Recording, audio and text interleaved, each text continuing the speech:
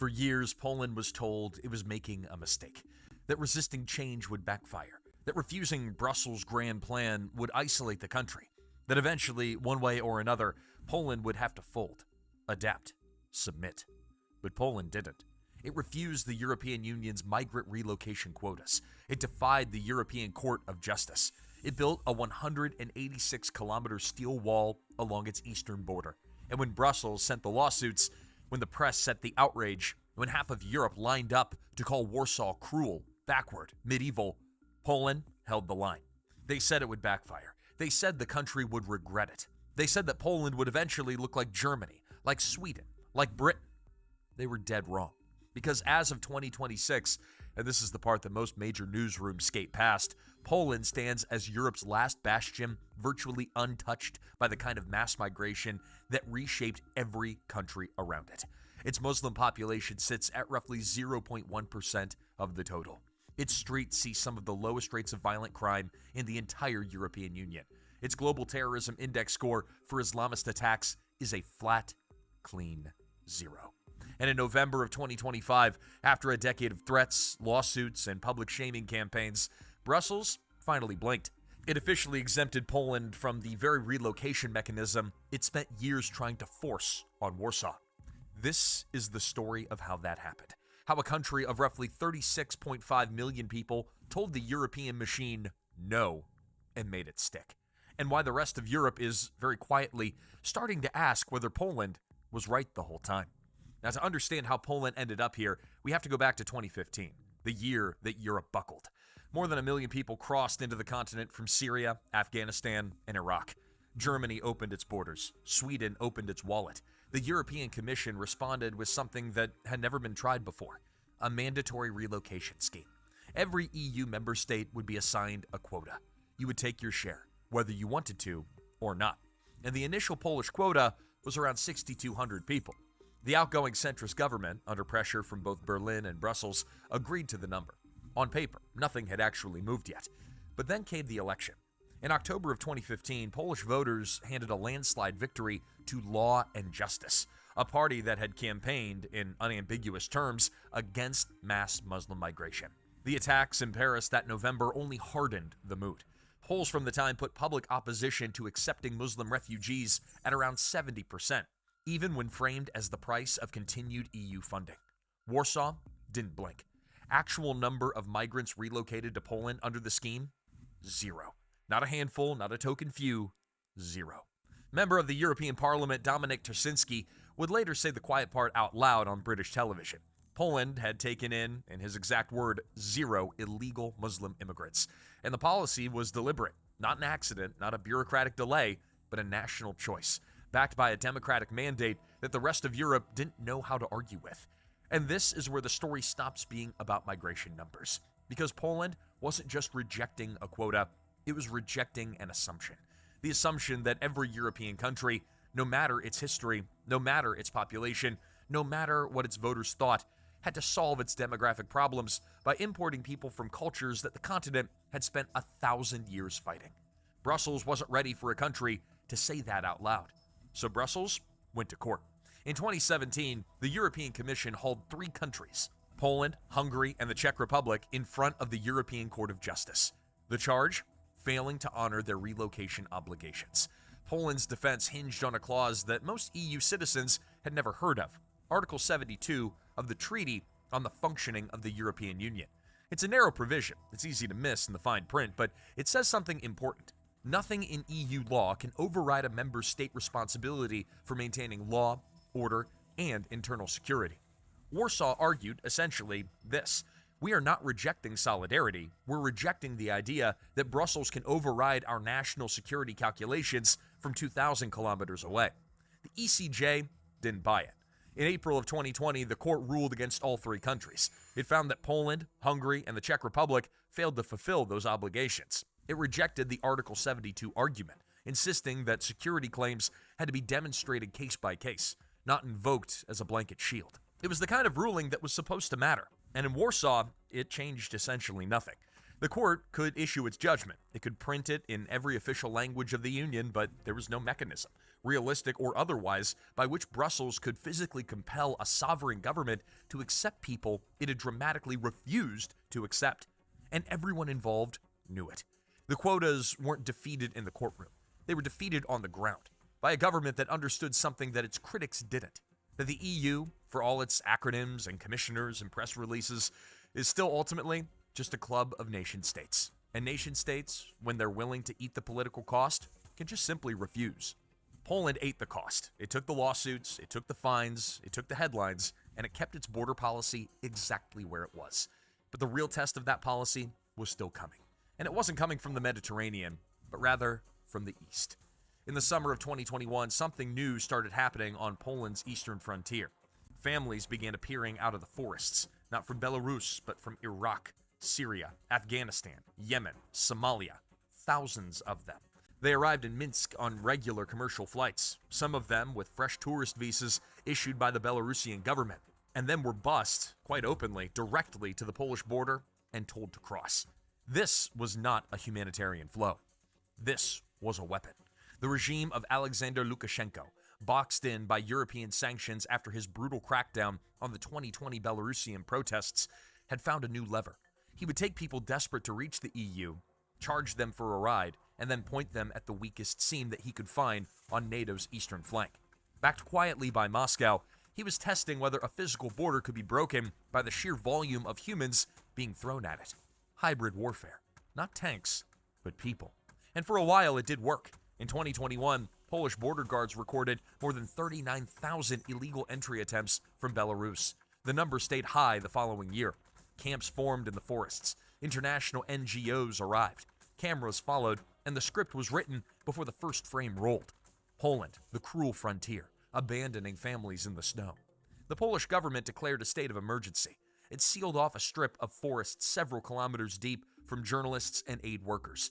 It began systematic pushbacks, sometimes into temperatures well below freezing. Human Rights Watch documented at least 87 deaths in the border zone between 2021 and 2024. Amnesty International piled on. Reports surfaced of border guards destroying migrants' phones. This is the part of the story most sympathetic profiles of Poland avoid. It's the real part of the story, and it deserves to be named, because pretending it didn't happen makes the whole argument weaker, not stronger. But here is what the critics almost always leave out. The Polish public, watching closely, sided overwhelmingly with the government. Not marginally, overwhelmingly. Polls across the entire period put Polish support for the border closure at roughly 3 out of 4. They didn't see a humanitarian crisis. They saw a state-run operation designed to break their country, and they told their government to break it first. So what do you do when a hostile regime is using human beings as ammunition? You build something that doesn't care who's pushing. Because what Warsaw did next is the part that actually changed the map. In early 2022, construction crews began driving steel into the ground along the Polish-Belarusian frontier. By the end of June that year, Poland had completed a 5.5-meter high steel barrier running 186 kilometers along the most porous sections of its border with Belarus.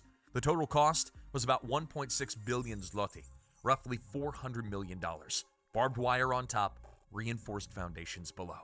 And then came the electronics.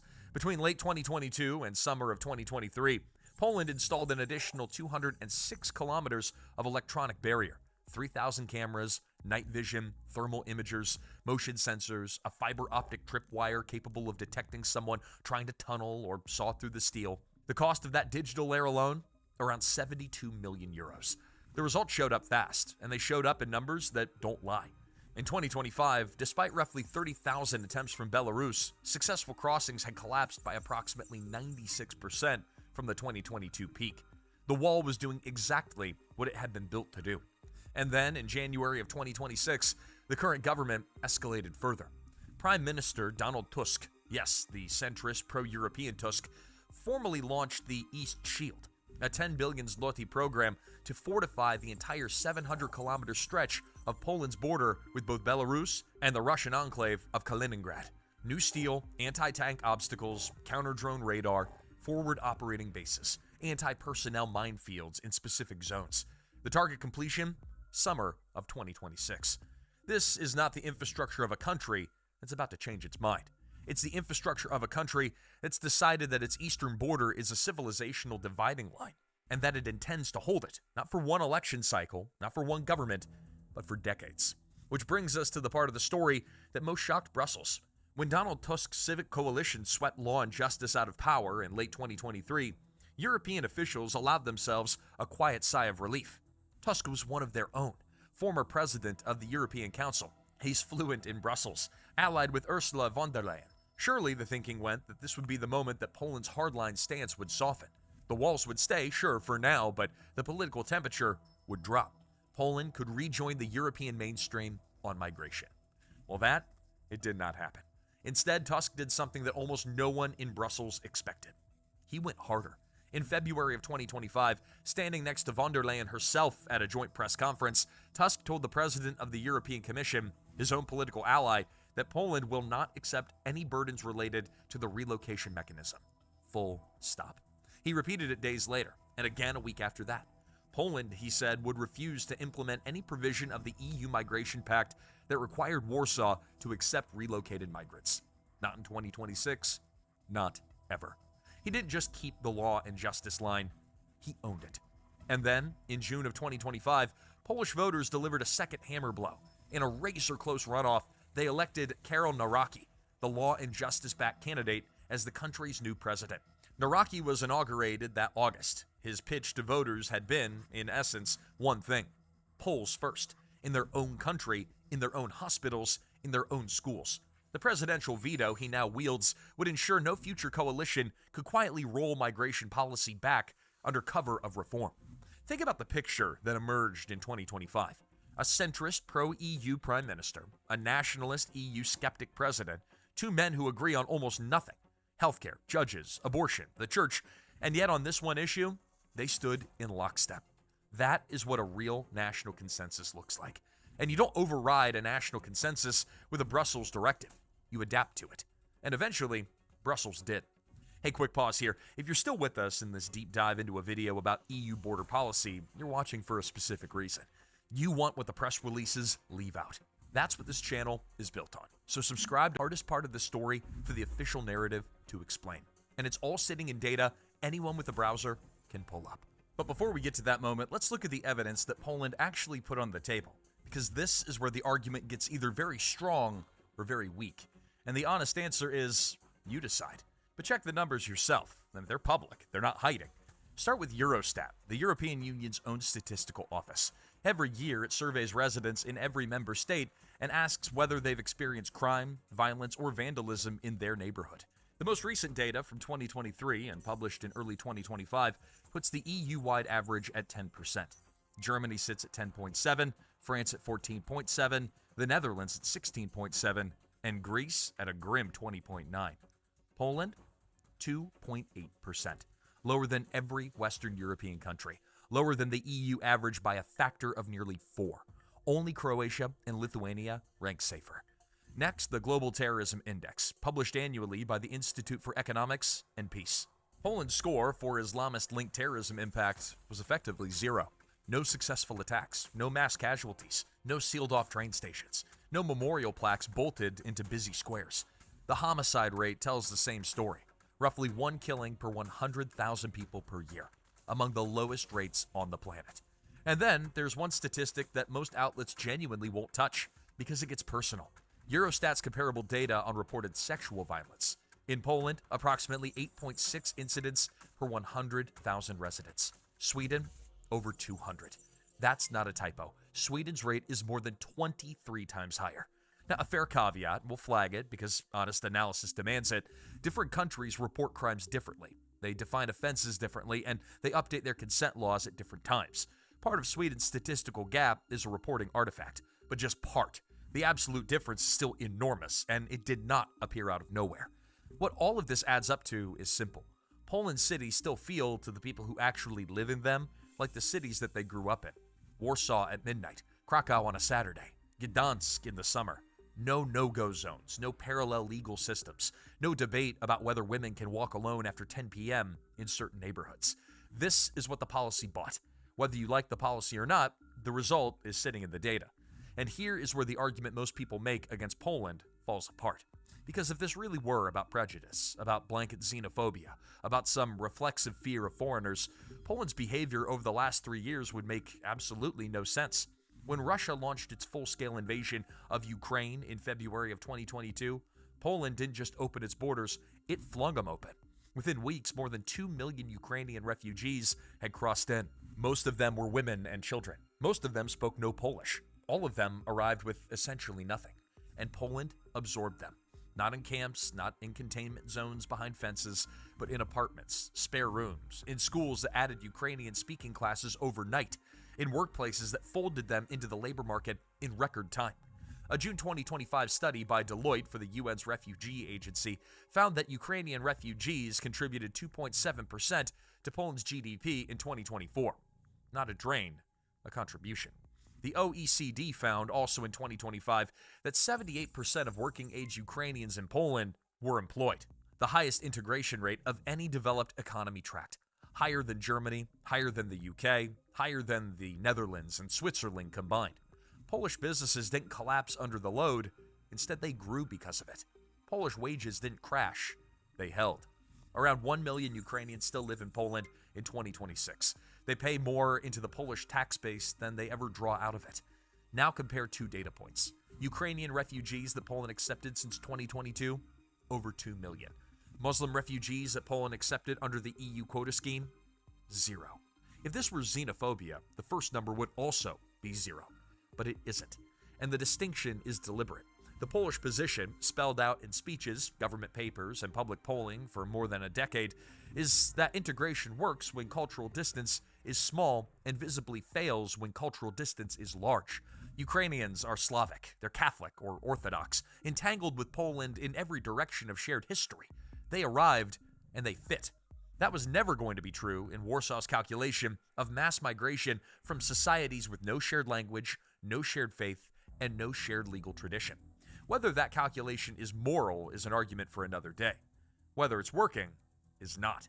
And one more point that gets buried every single time by commentators determined to frame this as Poland against Islam as a religion. It isn't. Poland has had a Muslim community for more than 600 years. The Lipka Tatars, Sunni Muslims of Turco-Mongol origin who settled in the Polish-Lithuanian Commonwealth in the 14th century. They were granted nobility for military service. They fought under Polish banners at Grunwald in 1410. They fought under Polish banners at Vienna in 1683. Against, it's worth noting, the Ottoman Empire. They lost their native language. They adopted Polish. They kept their faith. And in modern Poland, roughly 2,000 people, they're respected in Polish culture as our Muslims. Poles who do happen to pray differently, but there's no parallel court. There's no demand for separate legal accommodation. 6 centuries of coexistence earned by loyalty, service, and integration on Polish terms. The point is not that Poland has a problem with Muslims. The point is that Poland has a problem with mass migration from societies that show no interest in integrating the way that the Tatars did. And the Polish state, rightly or wrongly, will not pretend that distinction doesn't exist to just make Brussels more comfortable. Which brings us to, finally, what Brussels did about it. In November of 2025, after a decade of threats, lawsuits, public shaming, and official warnings about measures that the Commission might take, the European Commission issued a formal proposal. Poland was being exempted from the migration relocation mechanism under the new EU Migration Pact. Full exemption. No quota, no €20,000 per refugee buyout, which had been a fallback option that Brussels designed specifically so holdouts couldn't refuse without consequence, and Poland would pay nothing. They would take no one and face no penalty. The Commission cited 2 reasons: the Ukrainian refugee load that Poland was already carrying, and the ongoing hybrid migration crisis on the Belarusian border. Neither of those conditions will go away anytime soon. The decision was formalized in December of 2025 by the Council of the European Union. Poland, Austria, Bulgaria, Croatia, the Czech Republic, and Estonia were all offered the option of fully or partially offsetting their contributions to the solidarity pool.